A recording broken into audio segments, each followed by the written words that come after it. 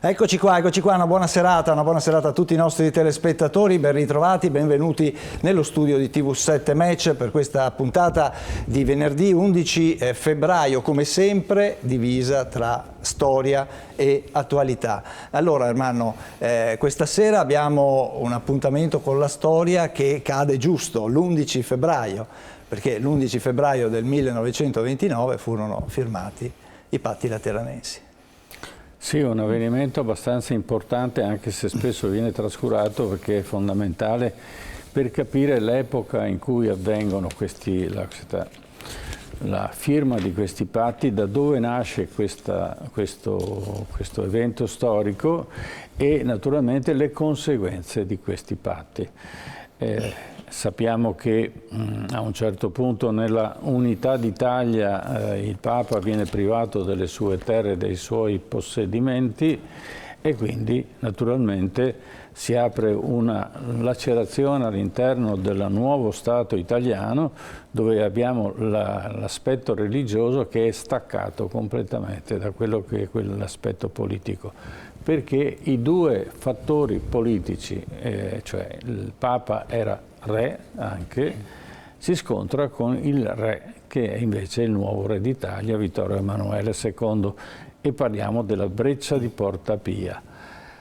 Questa breccia di Porta Pia che aprirà una ferita che solo nel 1919, quindi dal 1870 al 1919, si riuscirà in parte a rimarginare. Ma poi vedremo cosa succede. I Patti Lateranensi sono una cosa fondamentale. Poi invece parleremo dell'alta velocità nella seconda parte nel memento, cioè vuol dire come mai l'Italia è in posizione arretrata rispetto agli altri paesi europei, perché noi non abbiamo linee fondamentali che collegano le città italiane con l'alta velocità. Per esempio, tutto il Veneto è fuori dell'alta velocità, non è collegato con alta velocità di altri paesi, anche se fosse questo sarebbe possibile, e non è collegato nemmeno all'interno dell'Italia. Perché succede questo e quali sono gli interessi che giocano sotto questo problema fondamentale? E quindi vedremo anche questo. E poi, terzo e ultimo, Tullio. Terzo e ultimo parleremo di società e di economia, e parleremo di commercio, della crisi del commercio e del fenomeno Amazon e di tutte le altre grandi multinazionali che operano nella rete, che hanno conosciuto grandissimi guadagni durante il periodo del Covid, a differenza invece di tanti commercianti che sono stati messi in difficoltà. Una rivoluzione che ormai ci sta interessando da parecchi anni e cui le conseguenze si stanno iniziando a vedere, ma il cui futuro è ancora abbastanza incerto. Quindi questa, è la terza parte della trasmissione. E allora presento gli ospiti di questa sera che sono con noi. Saluto in studio il professor Enrico Baruzzo. Buonasera, professor Baruzzo, grazie di essere con noi, un dottore di ricerca in storia del cristianesimo e delle chiese. Grazie per essere qua con noi. Saluto in collegamento il professor Pierluigi Giovannucci. Buonasera, professore. Buonasera. Buonasera. Anche lei è docente di storia del cristianesimo e delle chiese all'Università di Padova, e saluto in studio il professor Damiano Fusaro. Buonasera, professor Fusaro. Buonasera. Grazie per essere tornato qui da noi, uno storico e un docente di storia. E allora iniziamo con questa pagina, Ermanno, dedicata ai Patti Lateranensi e a questa firma, a questo accordo tra il Vaticano e il governo fascista. È Mussolini che firma. In quel momento era Mussolini il capo del governo e quindi firma con questo. Chiaramente voleva dire chiudere una ferita che durava da molti anni, quasi 60 anni, e che era necessario farlo perché gli italiani avevano due prospettive. Se erano cattolici, naturalmente avevano delle difficoltà anche di tipo politico, e dall'altra parte invece delle difficoltà c'era anche nel governo di Mussolini, perché chiaramente questo ostacolo divideva l'Italia a metà e quindi bisognava metterle insieme. Seconda parte, Mussolini ha un grosso problema di raccogliere consensi che in quel momento non ha, e questi consensi naturalmente possono avvenire inglobando nel sistema che aveva messo in piedi Mussolini anche la religione cattolica, che in Italia naturalmente è molto importante, o lo era almeno all'epoca.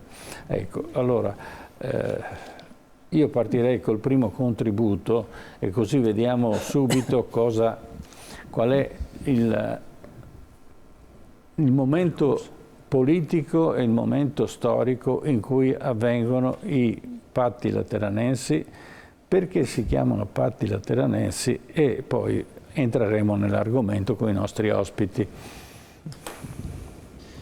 Per Papa Pio XI era determinante rientrare in possesso di quel chilometro quadrato di cui è oggi costituito lo Stato Vaticano.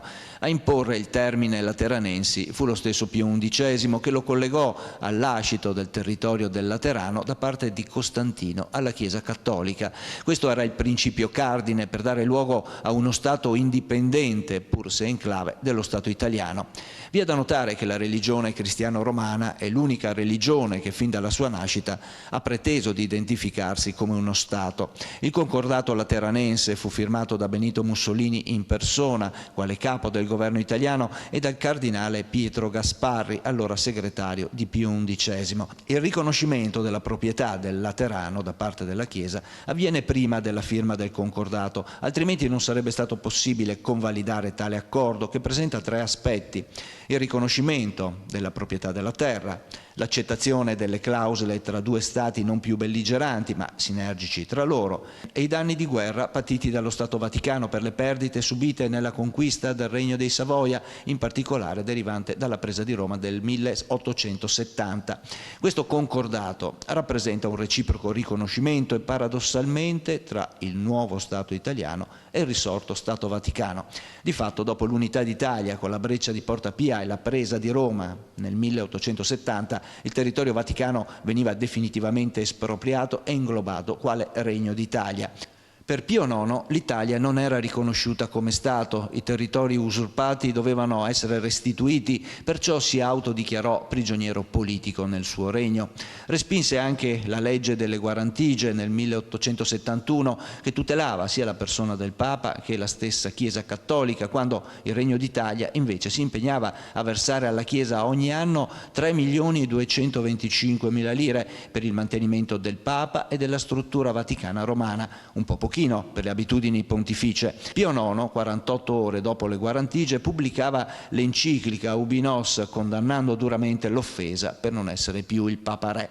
La questione romana si inasprì al punto che nel 1874 Papa Pio IX vietò ai cattolici la partecipazione alla vita politica italiana. Gli italiani erano divenuti i separati in casa. A porre fine a questa guerra fredda tra Vaticano e Italia fu il cardinale Gasparri, la famiglia Pacelli e il governo di Mussolini e il re Vittorio Emanuele III, che successivamente fece principi della Chiesa la famiglia Pacelli, e da qui l'incipit alla trama della dolce vita di Federico Fellini. I patti lateranensi erano un dignitoso compromesso tra le parti, era impossibile ormai una restituzione anche parziale di Roma. Pio XI ritenne che era sufficiente un territorio rappresentativo per dare dignità al Papa e ritornare a fare il re, o meglio il Pontifex Maximus. Papa Pio XI era interessato a garantire la sicurezza alla Chiesa, fidandosi più di Mussolini che dei Savoia, che si erano dimostrati la peggiore famiglia cattolica della millenaria storia dell'Europa. In precedenza erano stati detronizzati e uccisi papi e vescovi, ma nessun re o imperatore aveva cancellato il regno pontificio. Per questo Mussolini venne chiamato in quella circostanza da Pio XI l'uomo della divina provvidenza. Tra le clausole del concordato vi era era l'astensione del clero dalla vita politica, assioma peraltro già annunciato da Pio X, che imponeva la scissione tra attività politica e religiosa. Il Concordato riconosceva la millenaria e intangibile sovranità dello Stato Vaticano, mentre la religione cattolica diventava la sola religione del nuovo riconosciuto Stato italiano da parte del Papa. In tal senso si otteneva un reciproco riconoscimento e non una mera concessione di Mussolini.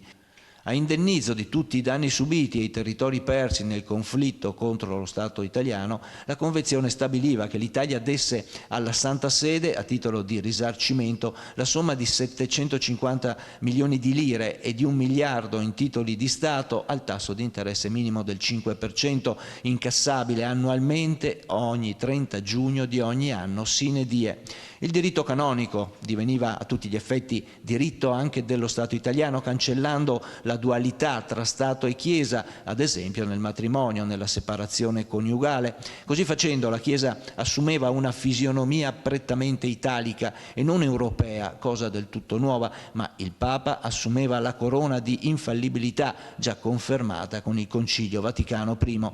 A questo si aggiungeva l'apprendimento obbligatorio della religione cattolica nelle scuole statali e il finanziamento delle scuole gestite dal clero, oltre alle esenzioni tributarie.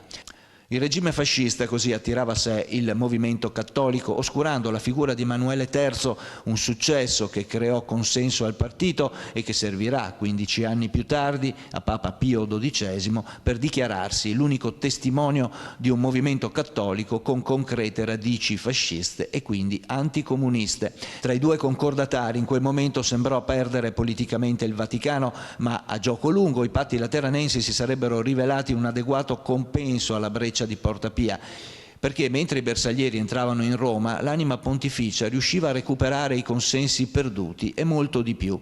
Con il concordato furono riequilibrate le finanze vaticane private per 60 anni del proprio reddito.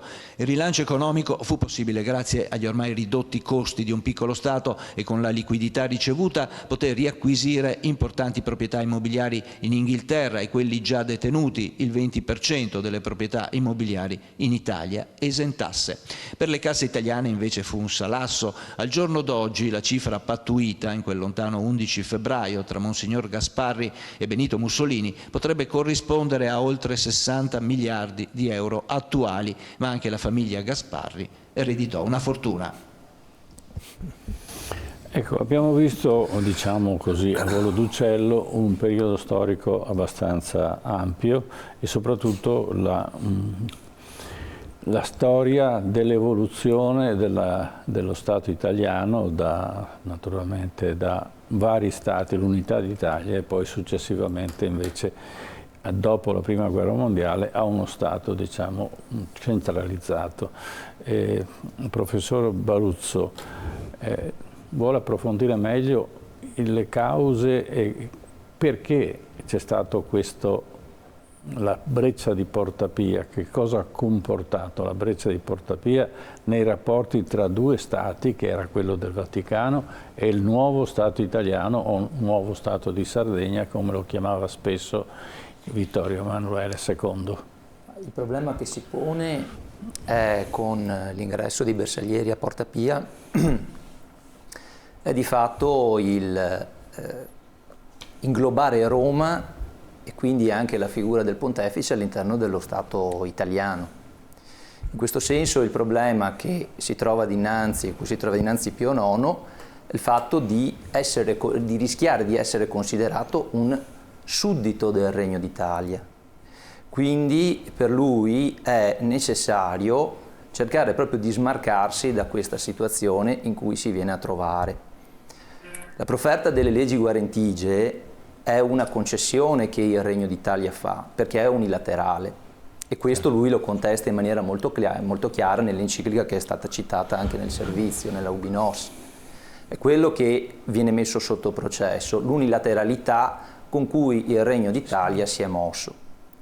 E allora l'intento qual è? Inizialmente la pretesa sarebbe quella di ottenere quella che è la restituzione degli stati pontifici. Questo nel corso dei decenni successivi si rivelerà sostanzialmente inattuabile e da quella che è la richiesta di restituzione dei territori degli stati pontifici si passerà piuttosto a quella che è la rivendicazione della libertà e dell'indipendenza della Chiesa. In questo senso, perché ci sia libertà e indipendenza della Chiesa, conditio sine qua non era il riconoscimento di una sovranità internazionale della Santa Sede e di un fazzoletto di terra su cui far poggiare questa sovranità internazionale, che desse concretezza e potesse veramente avere un riconoscimento nello scenario internazionale. Diciamo che la breccia di Porta Pia è una guerra, una battaglia che durerà pochissimo, ma però che determinerà la completa sparizione di un regno, che è il regno dei papi. Quindi il vincitore sovrasta il vecchio regno dei papi e quindi il Papa rimane solo una figura religiosa e non una figura politica come è sempre stato nei millenni precedenti, giusto? Sì, allora qui si apre chiaramente un grande problema, no?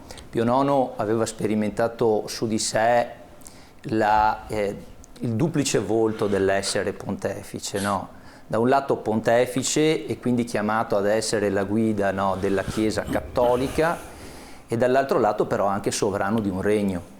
E questa duplicità e la fatica... tutti i papi precedenti avevano lo stesso... Ma la cosa era emersa con ancora più forza in occasione di quella che era stata la prima guerra d'indipendenza. Quando in quel momento lui si era trovato di fronte, no, a quella che era una duplice strada, no? O partecipare, entrare fattivamente nel processo di unificazione nazionale, oppure chiamarsene fuori. La scelta del chiamarsene fuori discende da che cosa? Che questo avrebbe significato prendere posizione contro quella che era il soggetto che nella tradizione era il grande protettore della Chiesa, vale a dire l'impero austriaco. Ed è per questo allora, no, che nel 1848 ci troviamo di fronte allo sfilarsi appunto da parte dell'autorità pontificia, da quella coalizione che si era costituita attorno alla figura di Carlo Alberto. Da quel momento in poi chiaramente si creano quelle dinamiche tali per cui quello che era stato acclamato inizialmente come il cosiddetto Papa liberale, no, diventa invece il principale ostacolo, quella figura da contrastare per arrivare poi a quella che è l'unificazione che arriva, no, inglobando nel 1870 anche la città di Roma e recuperando appunto il Lazio. Ma come mai tutti questi regni e imperi che avevano difeso il regno pontificio nei secoli precedenti improvvisamente scompaiono? Cioè l'Austria fa un passo indietro e non difende, la Francia lo stesso, e quindi nessuno, al momento in cui c'è la breccia di Porta Pia, questa domanda la rivolgo al professor Giovannucci, al momento della breccia di Porta Pia nessuno dei grandi stati europei si presta a difendere questo regno che non aveva certamente un'organizzazione armata tale da poter affrontare un'invasione da parte del nuovo regno italiano. Ci sono diversi motivi. Diciamo nel periodo immediatamente precedente all'occupazione di Roma, la potenza europea che aveva supportato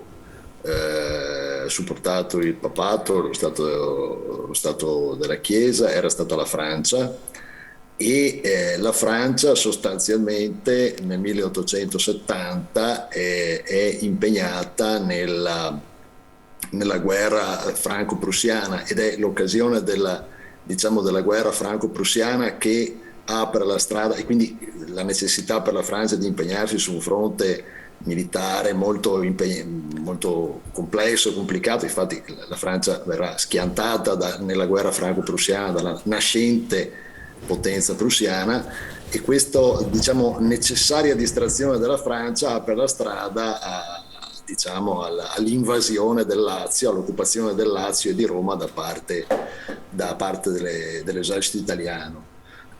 Quindi in questo caso questa è la situazione. Poi c'è anche un fatto, diciamo, di carattere, come dire, l'Ottocento per certi versi, per quanto riguarda l'autorevolezza, oggi diremmo forse geopolitica o il prestigio del papato, è un periodo molto basso, diciamo, è un periodo di minimo.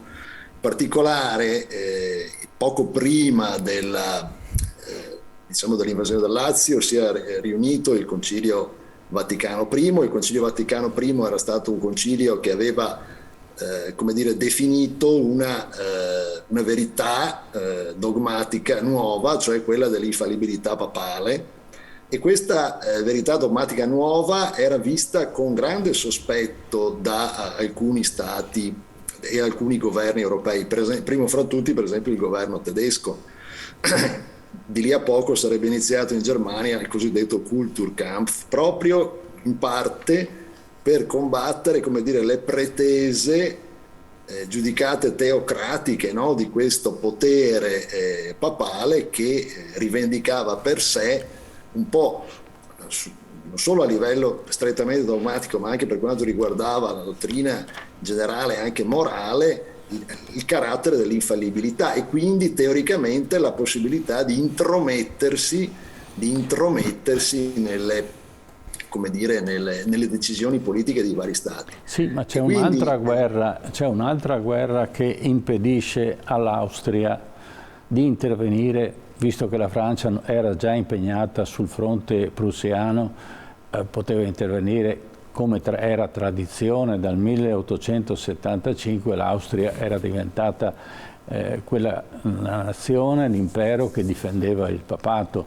perché c'era stata una guerra poco prima. Comunque anche, in ogni caso, anche l'Austria aveva subito, come dire, una diminuzione progressiva di potenza. Dopo, in particolare, la rivoluzione del 1848, anche l'Austria aveva uno statuto in qualche modo politico meno forte di prima, meno solido. Si è arrivati a un concordato con la Chiesa Cattolica, ma non c'era la possibilità, o c'era solo parzialmente una possibilità di intervenire, anche perché anche qui c'era stata la terza guerra di indipendenza, l'Austria era stata sconfitta nel corso della terza guerra di indipendenza, pur avendo prevalso sullo scacchiere italiano. Quindi insomma nel complesso lo scenario internazionale è abbastanza favorevole. E poi non va dimenticata una cosa, cioè che in tutto il processo, diciamo, passaggio dalla prima alla seconda alla terza guerra di indipendenza fino al 1970, lo Stato della Chiesa sconta il fatto che il suo assetto interno istituzionale, il suo metodo di governo è considerato generalmente nelle cancellerie politiche europee come molto inadeguato, come molto, molto debole e potenzialmente in grado di costituire dei focolai di ribellione, di rivoluzione in qualche modo anche a livello politico. Per cui non c'è una gran simpatia per questo governo.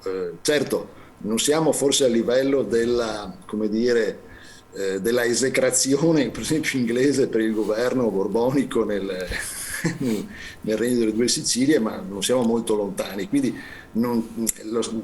come dire, la Santa Sede non ha un grandissimo spazio di manovra diplomatica.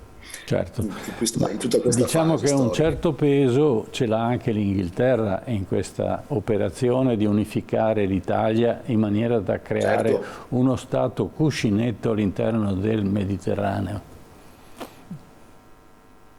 Giusto?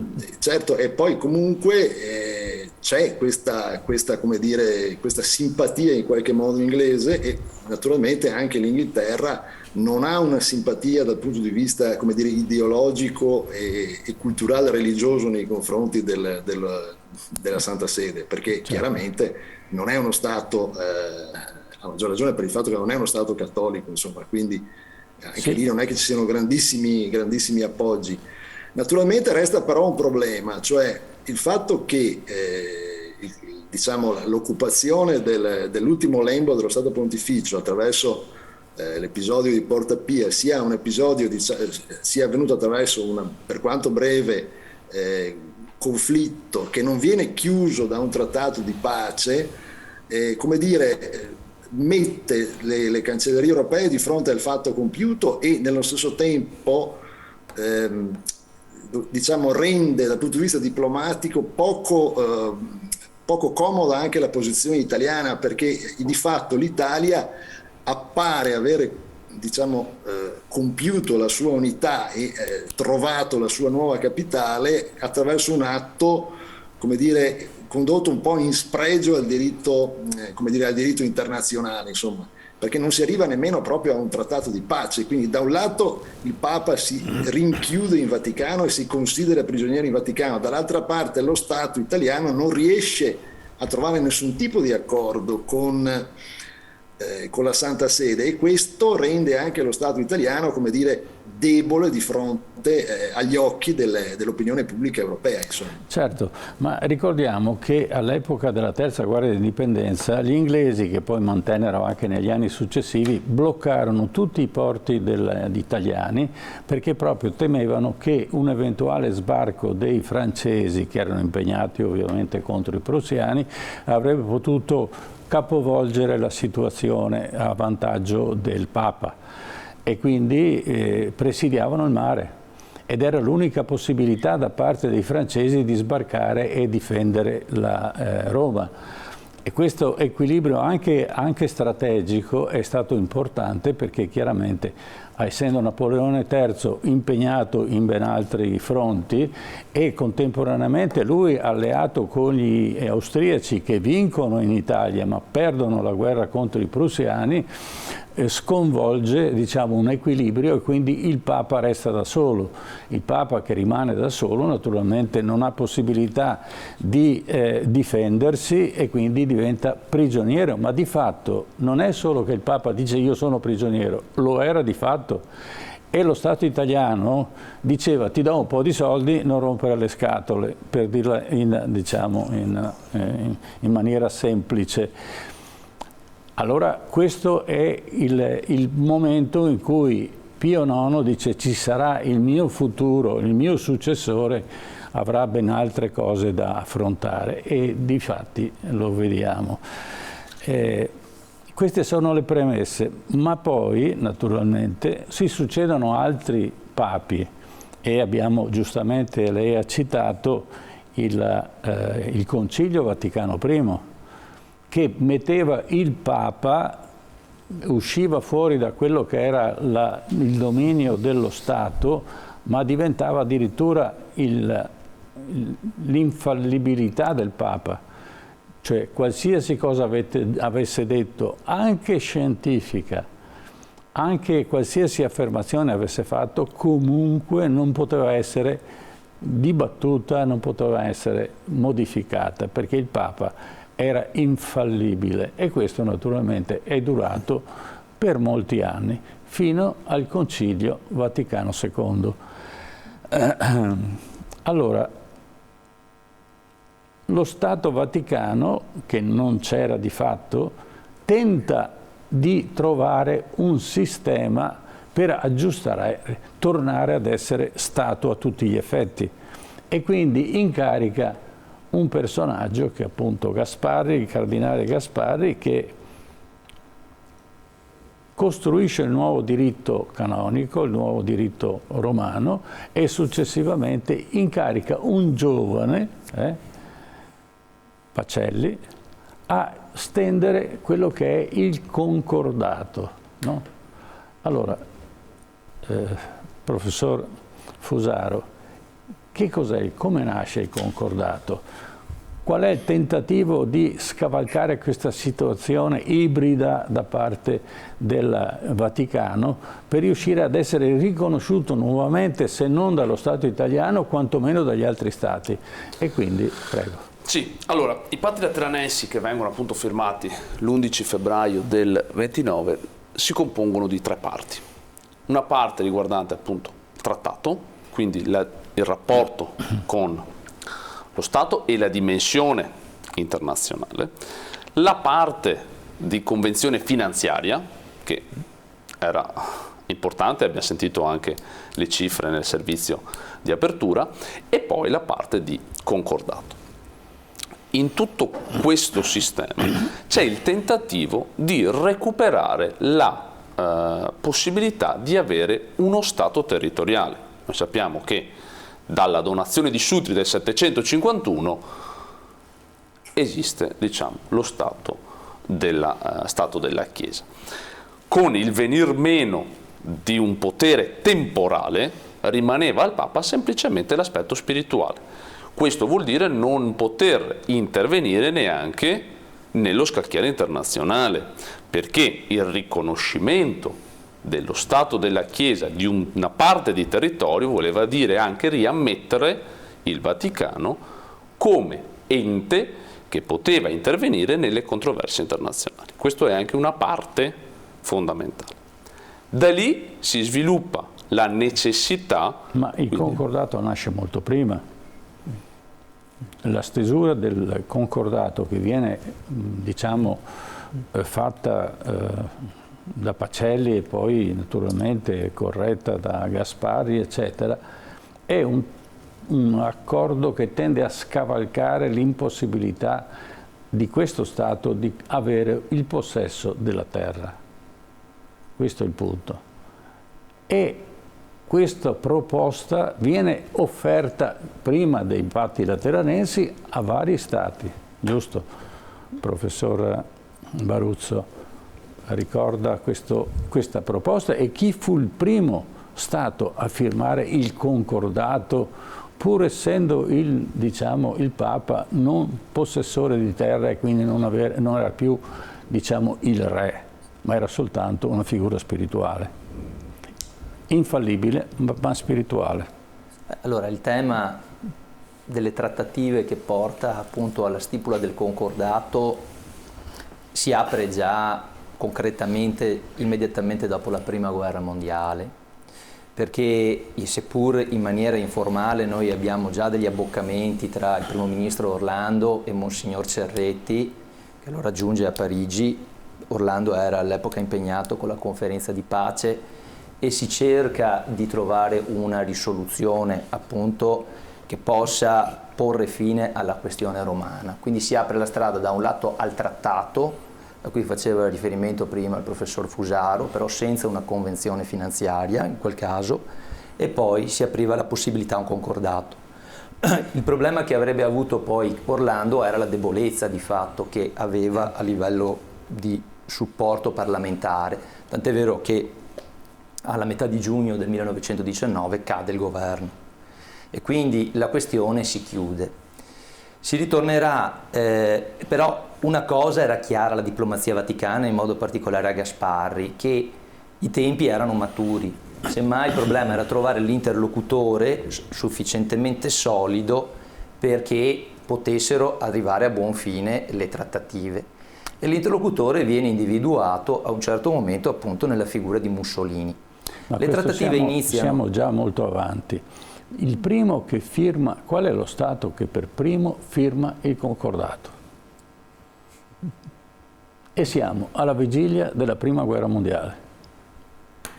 E quando il signor Pacelli va dall'imperatore Francesco Giuseppe e dice questa guerra la possiamo chiudere perché è partita, è stata una scintilla e poi è diventato un incendio, lui ha detto la colpa è tua.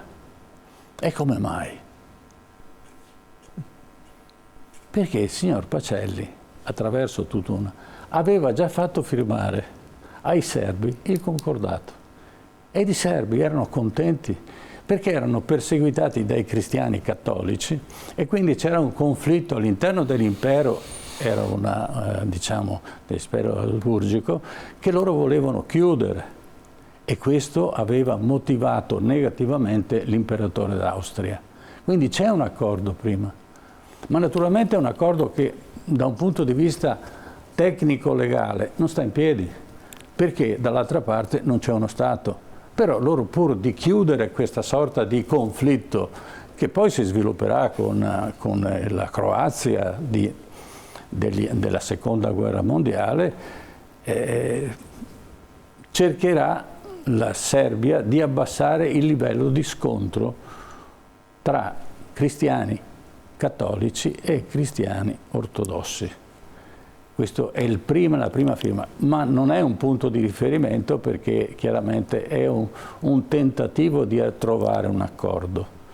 Il secondo tentativo, quando poi Pacelli si presenta in tutti gli altri stati e lui cerca di raccogliere una seconda conferma da parte di tutti gli altri stati dopo la Prima Guerra Mondiale, trova tutti, compresa la Germania, dove c'è il partito Zentrum, che è il 20% della politica, che rifiuta, dice non possiamo firmare una cosa di questo genere.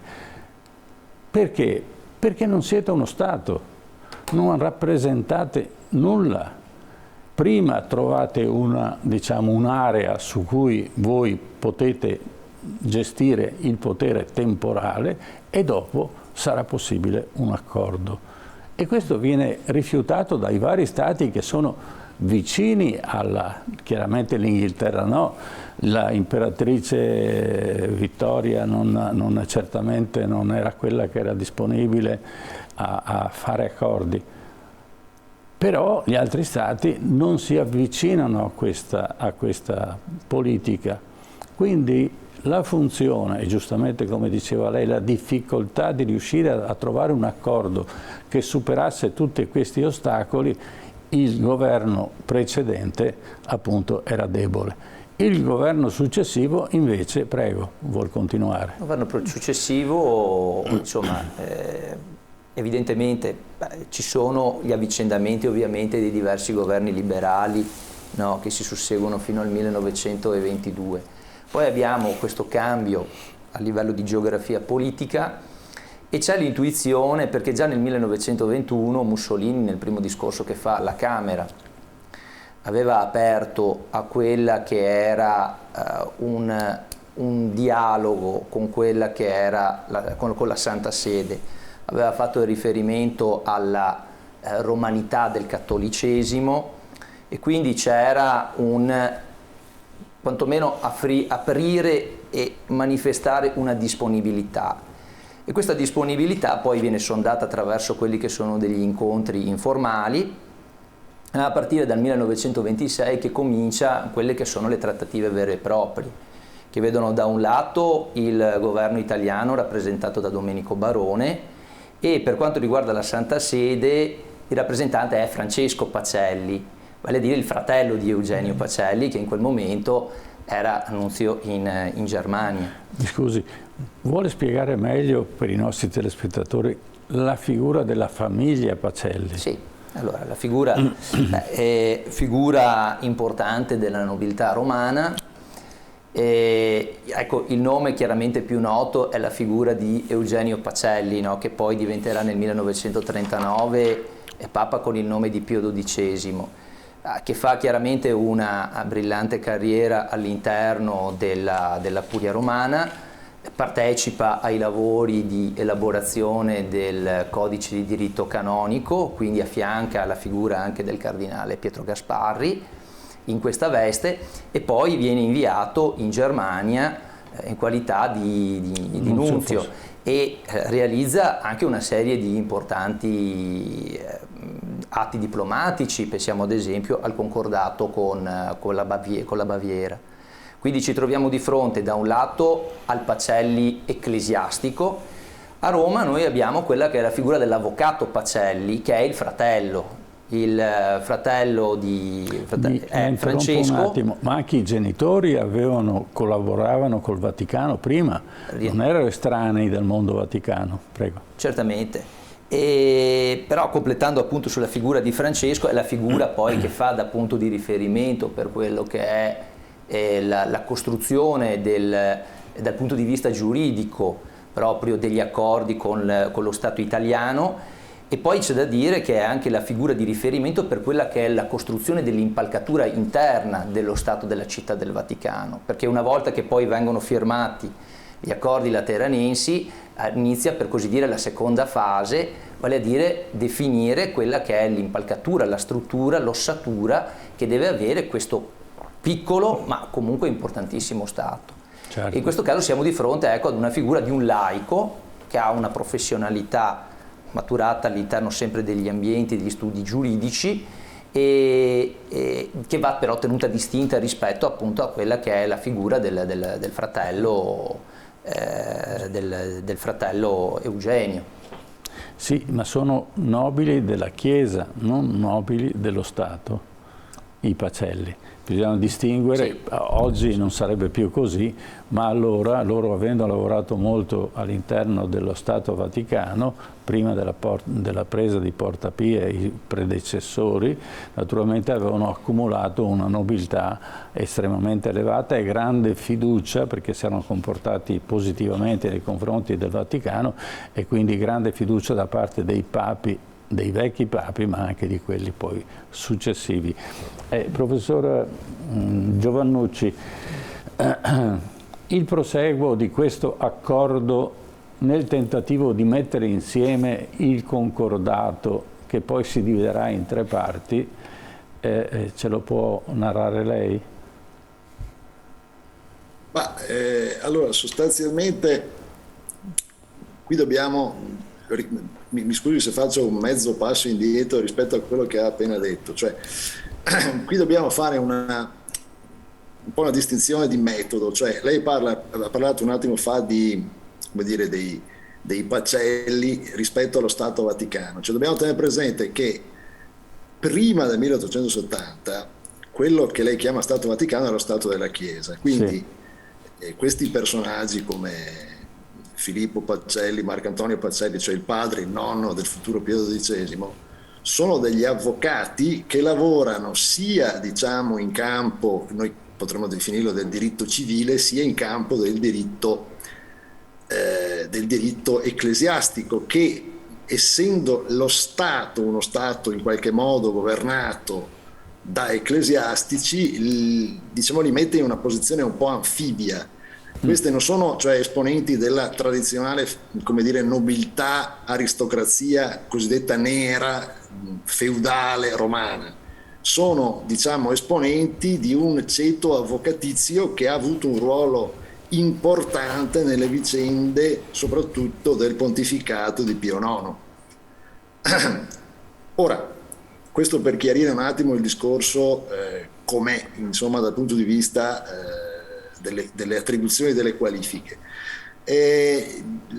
Diciamo, le negoziazioni che vanno verso il concordato e i patti lateranensis proseguono grosso modo soprattutto negli anni dal 1926 al 29 e coinvolgono personale sia a livello del governo italiano sia al livello, diciamo, della gerarchia vaticana. Però sono diciamo, negoziazioni che avvengono in maniera abbastanza riservata. Perché? Perché fino ai patti lateranensi, cioè fino al trattato, in verità non c'è un pieno riconoscimento, cioè non c'è il riconoscimento reciproco, soprattutto non c'è il riconoscimento da parte della Santa Sede del governo italiano. Quindi, diciamo, potrebbe sembrare che queste figure che conducono le trattative siano figure un pochettino secondarie. In realtà sono figure che sono investite della fiducia dei rispettivi referenti politici, ma che si muovono in qualche modo riservatamente. Poi al momento della firma del concordato, le immagini, quelle diciamo canoniche, un po' quei bianchi e neri un po' sgranati, mostrano però tutti quelli che avevano avuto un ruolo importante, li mostrano con chiarezza. Alla firma è presente appunto il capo del governo italiano, cioè Mussolini, che è accompagnato da quello che all'epoca è il sottosegretario agli esteri Dino Grandi, dall'altra parte il segretario di Stato Vaticano Pietro Gasparri. Gasparri è diciamo un grandissimo giurista, ha presieduto la commissione che durante il pontificato di Pio X è stata incaricata di riunire tutta la legislazione canonica nel primo codice di diritto canonico, che poi verrà promulgato nel 1917, è segretario di Stato ininterrottamente dal 1914 fino quasi alla vigilia della morte, quindi è un giurista, è un uomo di diplomazia molto sperimentato, che è accompagnato da Monsignor Borgoncini Duca, che sarà poi il primo nunzio apostolico per l'Italia, il primo nunzio apostolico dell'Italia e futuro cardinale a sua volta. Quindi è una negoziazione che alla fine raggiunge un risultato, un obiettivo che coinvolge, come dire, i vertici sia della gerarchia vaticana sia diciamo, del governo italiano, insomma uomini chiave, ecco, del governo. Certo.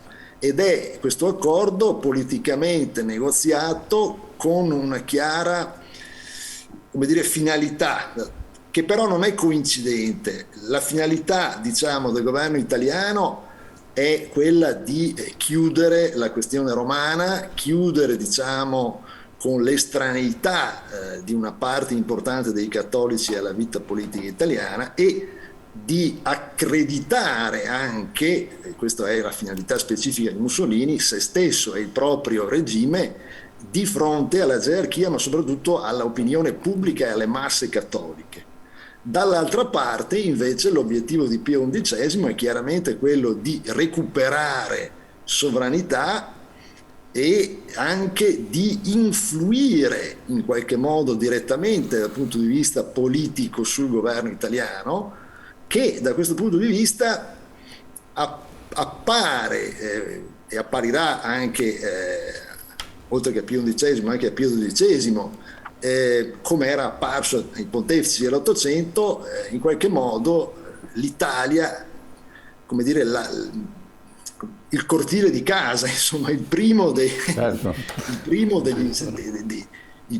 stati, dei paesi da condizionare. Ecco, da questo punto di vista, appunto, Pio XI dirà che Mussolini era stato l'uomo della provvidenza, perché in effetti con il concordato lo Stato italiano concederà alla Chiesa qualcosa che assolutamente i regimi liberali precedenti non avrebbero mai concesso, insomma, e in effetti poi nel concordato c'è anche una punizione, diciamo, è implicita un'impunizione nei confronti del mondo liberale dell'epoca. E adesso passiamo un attimo in pubblicità e poi torniamo sui patti lateranensi e come si svolgeranno.